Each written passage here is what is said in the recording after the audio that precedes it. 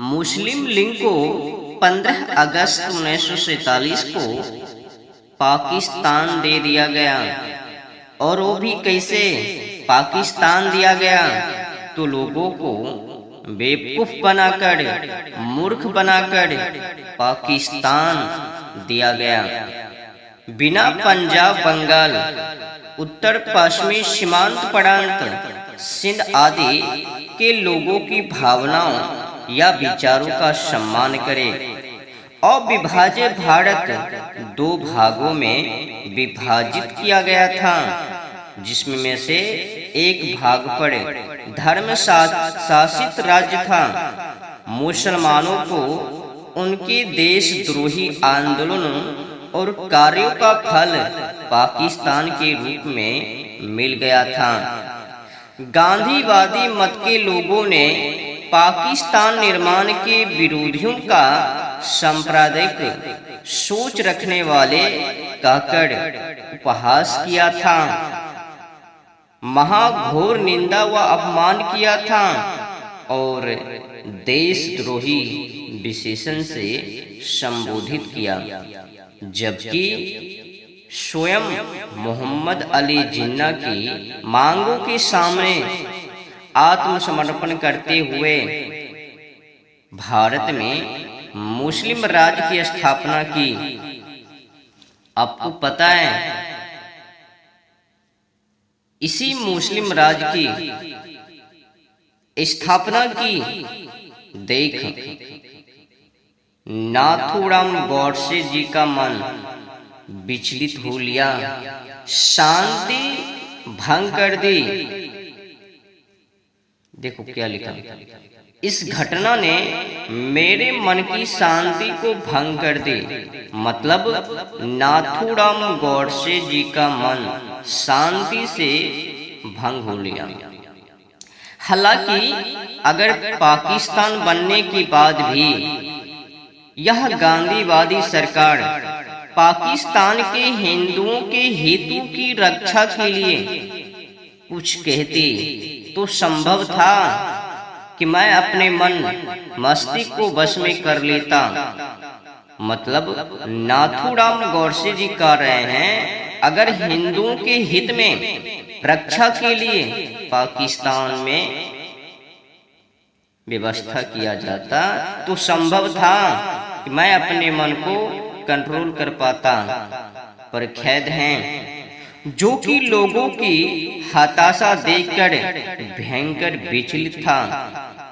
हालांकि लाखों हिंदुओं को पाकिस्तान में मुसलमानों के रहमो करम पर छोड़ने के बाद गांधी जी और उनके समर्थकों ने उन्हें पाकिस्तान में ही रहने की सलाह दी थी।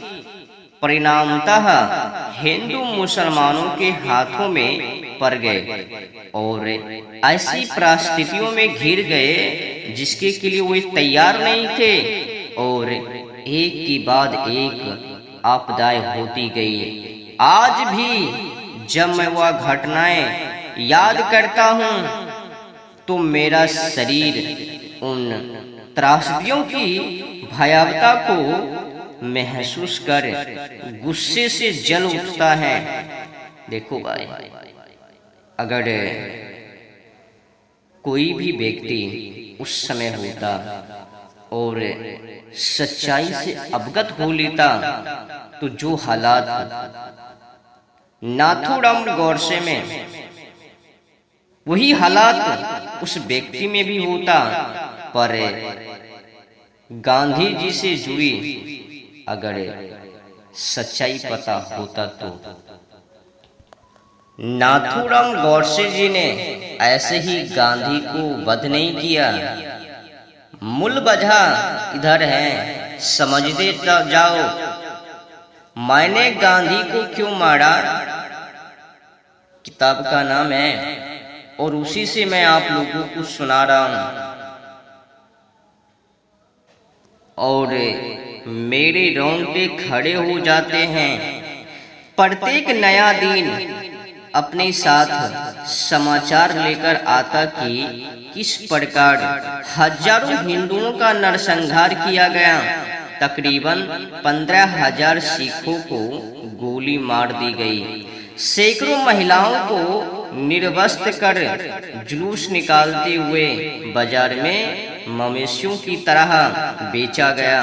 हजारों हिंदुओं को जान बचाकर भागना पड़ा और उन्होंने अपना सब कुछ खो दिया। शरणार्थियों का एक बड़ा जत्था जो लगभग 40 मील तक फैला दिखाई देता था, भारतीय संघ की ओर बढ़ रहा था और संघ सरकार ने इस भयानक घटना का सामना कैसे किया जाए। हवा में से शरणार्थियों पर रोटियां फेंककर यह अत्याचार और रक्तपात किसी तरह रोका जा सकता था यदि भारत सरकार पाकिस्तान में अल्पसंख्यकों पर हो रहे और थोपे गए अत्याचार के खिलाफ विरोध अभिव्यक्त करती या उन्हें धमकी देती कि भारत में भी प्रतिशोध के उपाय के रूप में अल्पसंख्यकों के साथ भी वैसा ही व्यवहार किया जाएगा जैसा कि हिंदुओं के साथ पाकिस्तान में हो रहा है, तो पाकिस्तान में रह रहे हिंदुओं पर हो रहे अत्याचारों को कम किया जा सकता था। लेकिन सरकार ने जो गांधी जी के अंगूठे के नीचे थी, किसी और ही माध्यम का सहारा लिया। अगर प्रेस के द्वारा पाकिस्तान में अल्पसंख्यकों की शिकायतों को अभिव्यक्त करने की कोशिश की जाती तो यह कहा जाता था कि प्रेस के माध्यम से लोग समुदाय के बीच असंतोष फैला रहे हैं और अपराधों को बढ़ावा दे रहे हैं। विभिन्न प्रांतों में कांग्रेस की सरकार ने आपातकालीन शक्तियां अधिनियम के तहत प्रेस से भुगतान राशि मांगना शुरू कर दी। जब ये सारी घटनाएं पाकिस्तान में हुई तो गांधी जी ने एक भी शब्द से इसका विरोध या निंदा नहीं की और न ही पाकिस्तान सरकार या इसमें शामिल मुसलमानों के विरुद्ध कोई वक्तव्य दिया। पाकिस्तान में हिंदुओं पर जो हिंदू संस्कृति और समाज को जड़ से उखाड़ने के लिए मुसलमानों द्वारा अत्याचार किए गए, वह सब कुछ गांधी जी की शिक्षाओं और व्यवहार के कारण हुआ। यदि भारत ने विदेश नीतियों को व्यवहारिक रूप से इस्तेमाल किया होता तो मानव इतिहास का इतना अनपेक्षित नरसंहार कभी नहीं हुआ होता। सबसे खास और अहम बात यह है कि जब बात मुसलमानों की थी, गांधी जी ने कभी लोगों की राय की परवाह नहीं की। उनकी अहिंसा की नीति मानव रक्त से सराबोर थी, जिसकी वजह से भारतीयों के हृदय में पाकिस्तान के लिए अच्छे विचार आए ही नहीं। जब तक भारतीय संघ सरकार के पड़ोसी के रूप में धर्म शासित राज्य रहेगा, तब तक भारत की शांति और सौहार्द हमेशा खतरे में रहेंगे। इन सभी तथ्यों के बावजूद गांधी जी ने एक ऐसे प्रचार का कार्यभार ग्रहण किया जो मुस्लिम लीग के समर्थक भी निश्चित रूप से वफादारी से नहीं कर पाते, और वह था लोगों के मन में पाकिस्तान के बारे में प्रतिकूल राय बनाने से रोकना। यही वह समय था जब उन्होंने आखिरी भूख हड़ताल का सहारा लिया। उनके द्वारा दी गई उपवास तोड़ने के लिए हर शर्त मुसलमानों के पक्ष में और हिंदुओं के खिलाफ थी। गांधी जी ने भूख हड़ताल खत्म करने को जो 7 शर्तें रखी थी, उनमें से एक थी शरणार्थियों द्वारा दिल्ली की सभी मस्जिदों में ली गई शरण। ऐसे हालातों में गांधी जी ने कहा कि दिल्ली की जिन सभी मस्जिदों में शरणार्थियों ने कब्जा किया है, वे खाली कर दी जाए और मुसलमानों को वापस कर दी जाए। गांधी जी उपवास द्वारा और कुछ नेताओं को धमकाकर मजबूर करके अपनी इस शर्त को स्वीकार कराने में कामयाब रहे। यह तब हुआ जिस समय मैं दिल्ली में था, मतलब नाथूराम गोडसे दिल्ली में था। उसी समय ये सब घटना उनकी आंखों के सामने और कुछ घटनाओं को घटित होते हुए मैंने व्यक्तिगत रूप से देखा। वे दिल्ली की ठिठुरा देने वाली ठंड के दिन थे और जिस दिन गांधी जी ने अपना उपवास तोड़ा था उस दिन बारिश हो रही थी। इस असामान्य से वातावरण के कारण मौसम इतना सर्द था कि धनी लोग भी ठंड से कपा जाए। शरणार्थी परिवार को जो आश्रय के लिए दिल्ली आए थे, उन परिवारों को मस्जिद से निष्कासित कर दिया गया और ऐसा करने में उन्हें शरण या निवास के लिए कोई अन्य स्थान भी नहीं दिया गया। एक दो परिवार जो महिलाओं, अपने बच्चों और अपने साथ लाए हुए थोड़े बहुत सामानों के साथ थे, उन्होंने कहा, गांधी जी हमें रहने के लिए जगह दे। कोई बिरला हाउस भी आए और चले गए, लेकिन आलीशान बिरला हाउस में रहने वाले गांधी जी के कानों तक बेचारे हिंदुओं का चीख पुकार नहीं पहुंच पाई। मैं स्वयं इस दृश्य का साक्षी था। ऐसा दृश्य जो कठोर से कठोरतम के हृदय को भी पिघला देता। खैर, इससे भी अधिक गहरे विचार मेरे मन में आने लगे। क्या यह मजाक की बात थी? और क्या शरणार्थियों को ये मस्जिदें उनको अपने छोड़कर आए घरों से ज्यादा बेहतर लगी थी, जहां से उन्हें बेदखल कर दिया गया था?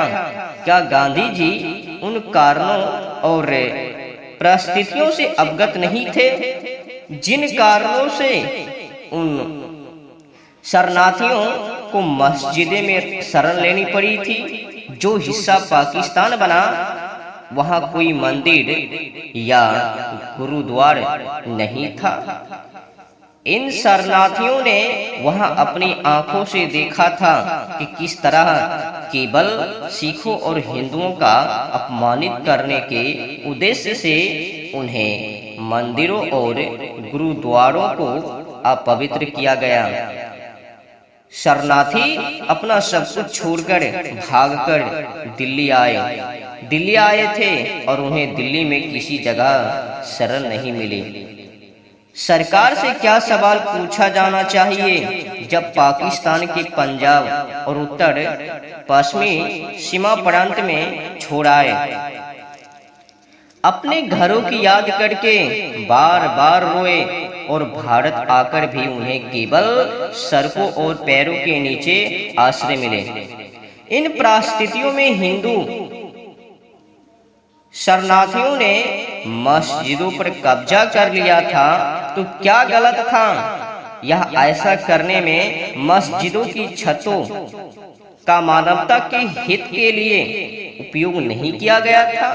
अगर शरणार्थियों के मस्जिदों के निष्कासन के समय गांधी जी ने सरकार से यह सवाल पूछा होता कि मस्जिदों से निकाले जाने के बाद उनके के लिए क्या वैकल्पिक व्यवस्था है, तो मैं समझता हूँ कि गांधी जी ने मानवीय स्पर्श प्रदर्शित किया है।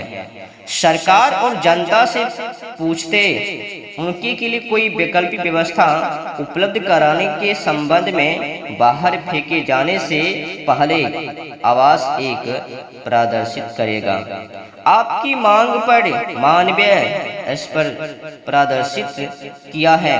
अगर गांधी ने मस्जिदों से हिंदू शरणार्थियों के निष्कासन के साथ सरकार के सामने यह शर्त भी रखी होती कि पाकिस्तान के मंदिर वापस हिंदुओं को सौंप दिया जाए, और इसी तरह की अन्य शर्तें, क्योंकि पाकिस्तान में भी हालात हिंदुओं के लिए ही बुरे थे। उनकी अहिंसा की शिक्षा और उनकी हिंदू मुस्लिम एकता को लेकर चिंता, औरतों के प्रति संवेदना, आत्मा की शक्ति में उसका विश्वास, ये सभी बातें यदि मुसलमानों और पाकिस्तान से भी अपेक्षित होती तो समझ में आता कि गांधी जी निष्पक्ष, उत्साही और गैर सांप्रदायिक सोच वाले थे। गांधी जी के पास इतना जानने की पर्याप्त अंतर्दृष्टि थी कि भूख हड़ताल की शर्त अगर वे पाकिस्तान के मुसलमानों के सामने रखते तो शायद ही कोई उनकी अनशन और भूख हड़ताल से पिघलता, फिर चाहे अनशन के बाद उनकी मृत्यु ही क्यों ना हो जाती। यही कारण था कि वे जानबूझकर मुसलमानों पर शर्तें थोपना टाल रहे थे। अतीत के अनुभव से यह स्पष्ट था कि मोहम्मद अली जिन्नाह या मुस्लिम लीग गांधी जी के उपवास से कभी भी परेशान या प्रभावित नहीं थे।